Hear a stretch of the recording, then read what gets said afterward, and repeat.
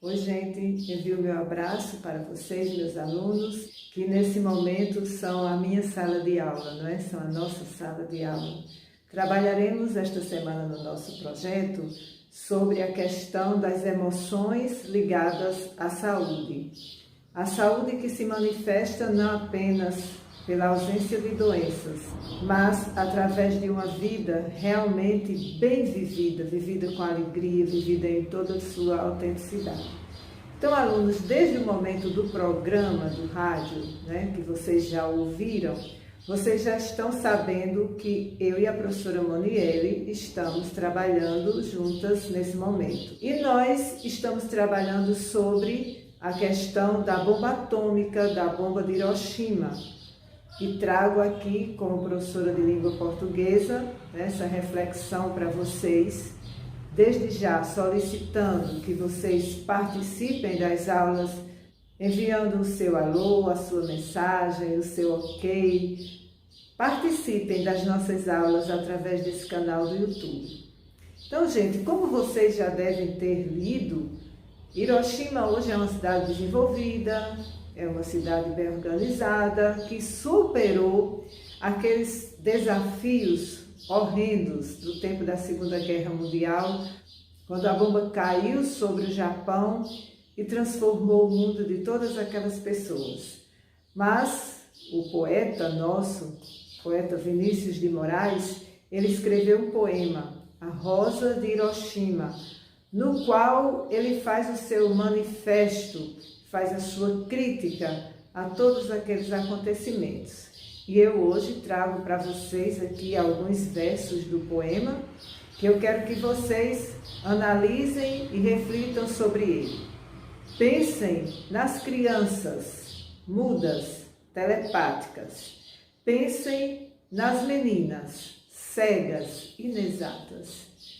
Meus alunos queridos, como o próprio poema já sugere, pensem nessas crianças, pensem em suas dores, dores de crianças lá no Japão, lá na cidade de Hiroshima, dores nas meninas hoje, na cidade de Caicó, no estado do Rio Grande do Norte, dores construídas pela bomba, dores construídas pelos maus tratos que tantas crianças, que tantas meninas recebem. Meu questionamento para vocês hoje é: o verso começa assim, pensem. Meu questionamento é: vocês têm pensado no que a violência causa de doenças pelo mundo? Desde o tempo da bomba e de várias maneiras, vocês já pensaram sobre isso? Que a violência adoece? Sim ou não? Coloquem aqui nos comentários a sua opinião. Bom dia, pessoal. Sobre a Covid, né? Essa pandemia que está mexendo com o mundo inteiro, e a gente está às vésperas, ou estamos otimistas que estejamos, né, às vésperas de uma vacina que de fato seja eficaz contra esse vírus, que ajuda a prevenir, não é isso? E em outros momentos da história brasileira, no caso vou falar da história brasileira, a gente já viveu momentos semelhantes, né, momentos tão dramáticos quanto. Um deles foi no início do século XX, mais precisamente 1904, um grande surto de varíola, que varíola é uma doença também causada por vírus, assim como o Covid-19.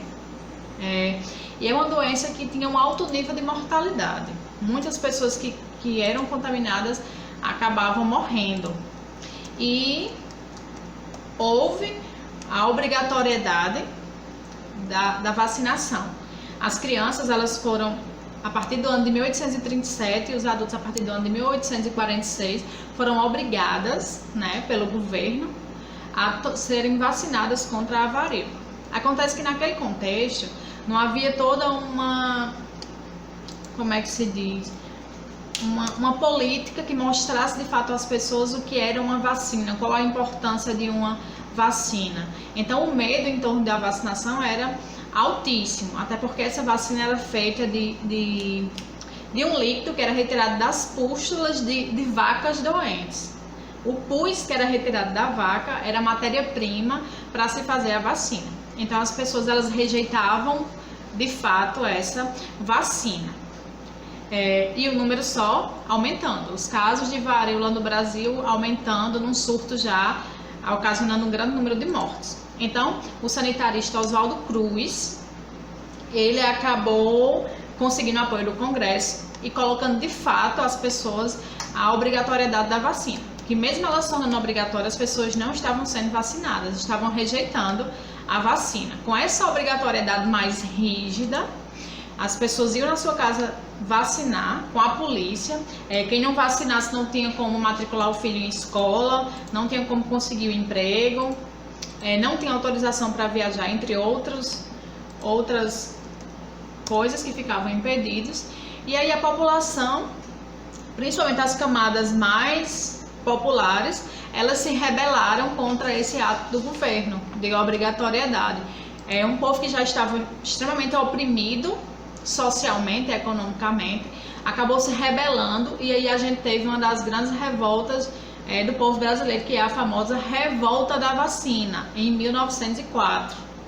As pessoas se revoltaram para não serem vacinadas, não serem obrigadas, melhor dizendo, a serem vacinadas. Por trás dessa questão tinham outros fatores ligados, por exemplo, à economia e à política. Mas o grande estopim para a eclosão foi a obrigatoriedade, de forma rígida, por parte do governo.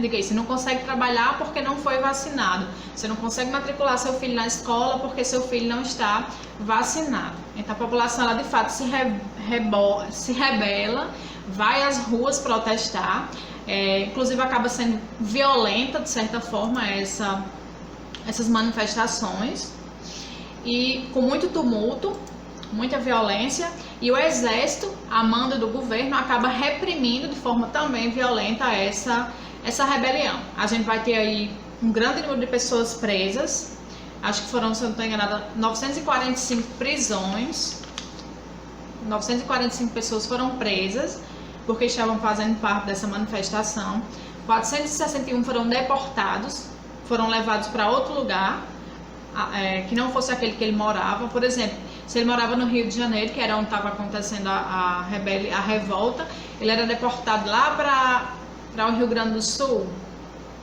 A gente teve mais de 100 feridos e o número ainda de 30 mortos. Então foi uma rebelião que acabou tendo um cunho bastante violento e bastante reprimido pelo governo, Mas, ao final da revolta da vacina, foi cancelada a obrigatoriedade, ou seja, as pessoas não eram mais obrigadas a se vacinarem, mas teve uma consequência. 4 anos depois, houve o maior surto de forma violenta mesmo, do número de pessoas com varíola no Rio de Janeiro, com um grande número de mortos. Então, com isso, com essa grande epidemia de varíola em 1908, 4 anos depois da revolta da vacina, o povo correu para ser vacinado. Então, no decorrer de 4 anos, a duras penas, que aí é um grande número de pessoas contaminadas e um grande número de pessoas mortas, é que eles perceberam que a vacina realmente seria importante. Olá, João Guilherme. Olá, Cauã. Olá, Luana. Essa semana nós vamos trabalhar a temática saúde. Então, trazendo aqui para a nossa realidade, estamos vivendo um tempo de pandemia, não é isso? E o que seria essa pandemia? Pandemia porque veio uma doença que tomou conta do mundo, E o nome dessa doença é o quê? Covid-19. Que essa doença ela é transmitida por um vírus chamado coronavírus. Então, para nos proteger desse coronavírus, desse vírus que anda solto por aqui, que a gente não vê, porque é invisível, eles é muito pequenininho e a gente não consegue ver, só com a ajuda de um aparelho chamado microscópio. Nós tivemos que mudar alguns hábitos, do nosso dia a dia. E o primeiro hábito que tivemos que mudar, né? Nós tivemos que ficar o quê? Em isolamento social. Nós tivemos que ficar em casa. Não foi? Para evitar ter contato com muitas pessoas, evitar de estar abraçando, de estar apertando a mão, né? Porque o coronavírus, ele vem principalmente na mão da gente, e se a gente tiver contato com a boca e com o nariz, é por onde ele entra no nosso corpo. Então, o primeiro foi o isolamento social. E outros cuidados que nós também devemos ter é o cuidado com a higiene, tanto do nosso corpo, como a higiene da nossa casa. Tem que estar sempre limpo o nosso corpo e a nossa casa, né? Principalmente as nossas mãos.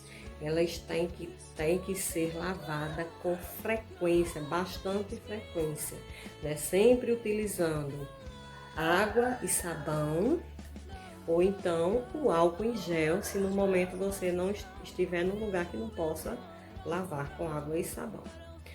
Outro muito importante também é lavar os alimentos, principalmente as frutas e as verduras, né? Então, antes da gente consumir, é muito importante fazer essa higiene dos alimentos. Outra coisa muito importante também é o uso da máscara, né? Então, a máscara evita muito que o coronavírus entre no nosso organismo, porque se tivermos de máscara, que a gente pegar por aqui, vai ficar só aqui na máscara, não vai entrar no nosso organismo. Muito importante também é a gente fazer uma boa alimentação. Então, é a gente se alimentar bem, para o nosso corpo ficar mais resistente, né, a qualquer doença. Então, uma das melhores coisas também é a gente se alimentar bem, né, com frutas, verduras, beber muita água, tomar muito suco, né, e ver todas as proteínas que é necessário para um corpo saudável. E se você sentir dor de cabeça, se sentir um mal-estar, querendo vomitar, se você sentir febre, né, fica com frio, o corpo muito quente, não sentir o gosto das comidas, das frutas e nem o cheiro das coisas, procure um médico, certo? É um alerta para você procurar um médico. Tá bom, pessoal? Então, tenham um bom dia e até mais. Olá, Ian, tudo bom com vocês? Hoje vamos dar continuidade a mais uma temática do nosso projeto. E o tema de hoje é saúde. S-A-U-D-E, saúde. E para mantermos a nossa saúde em meio à pandemia do coronavírus, do Covid-19, temos que ter algum cuidado.